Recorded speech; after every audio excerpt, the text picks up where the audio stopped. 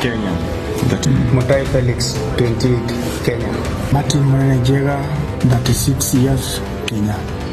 A video surfaces online. A group of men in Russian military uniforms. Their accents are unmistakable. Kenyan.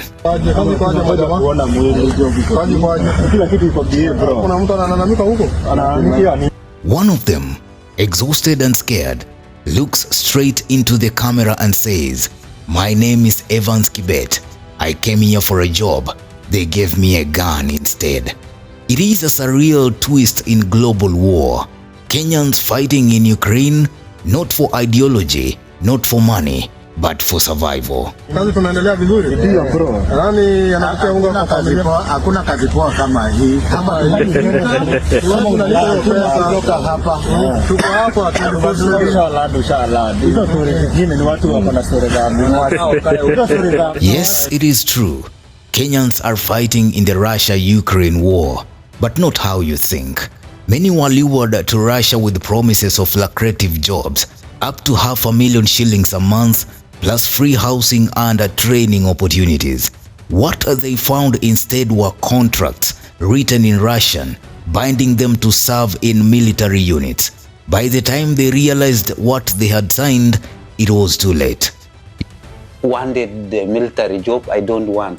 I didn't went Russia for military job. I went there as a visitor to look for different places, nice places. I spent there 2 weeks. Ukrainian officials have confirmed capturing at least 4 such individuals. Among them, Kibet, a well-known athlete, who said he arrived as a tourist and was tricked into joining the Russian army.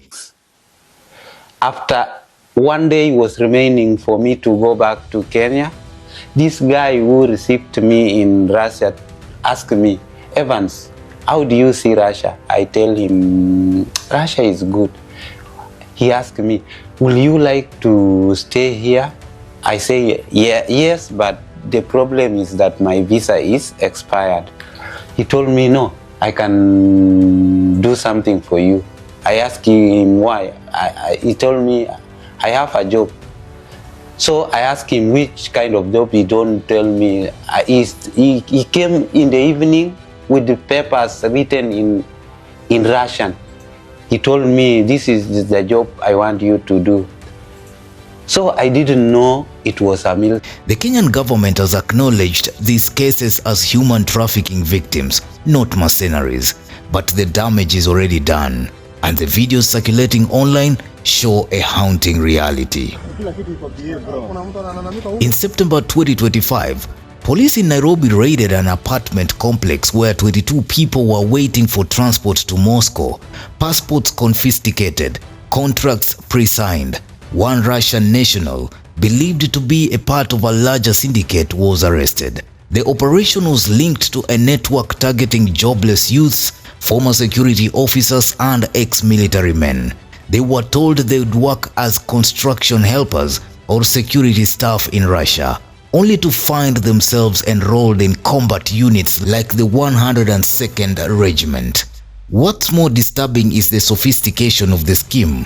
Fake agencies, professional websites, official-looking invitation letters from Moscow universities. For many, it looked like a legitimate path out of poverty, until they were standing in a Russian training camp. Kenya's Ministry of Foreign Affairs has been walking a diplomatic tightrope. Officials confirm that 3 citizens have already been repatriated, and others are being traced through Ukrainian custody. But behind the scenes, there is a quiet anger at how easily young Kenyans are being deceived abroad. A senior government told the media, "These are victims, not combatants. Russia's exploitation of our citizens is unacceptable. Still, the truth is uncomfortable. Economic desperation, not patriotism, not politics, is what is pushing Kenyans into foreign wars." Kazi tunaendelea vizuri. Ndio bro. Yaani anakutia unga kwa familia. Hakuna kazi poa kama hii. Kama unalitoka hapa. Tuko hapa inshallah. Hizo story zingine ni watu wako na story zao.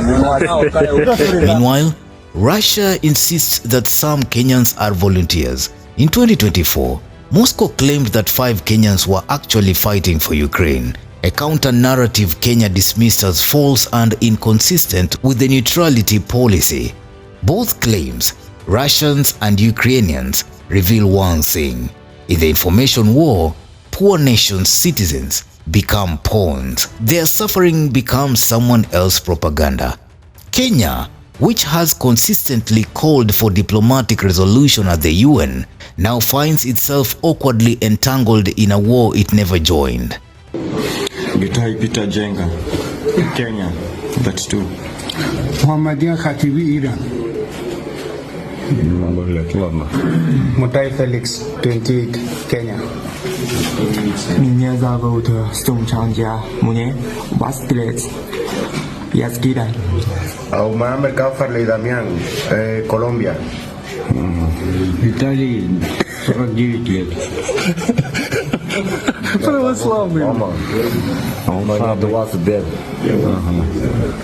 Меня зовут Моенбан, 25, я из Китая. Меня зовут Инхан, 34, Китай. Martin Manajega, 36 years, Kenya. The crisis cuts deeper than foreign policy. It's about a generation of Kenyan youth facing joblessness, high living costs, and dwindling hope. When a message appears promising a job abroad, they grab it. When it turns out to be a trap, the world shrugs. But these aren't isolated stories. They are symptoms of something larger: the erosion of trust, opportunity, and security in a globalized economy that preys on the desperate.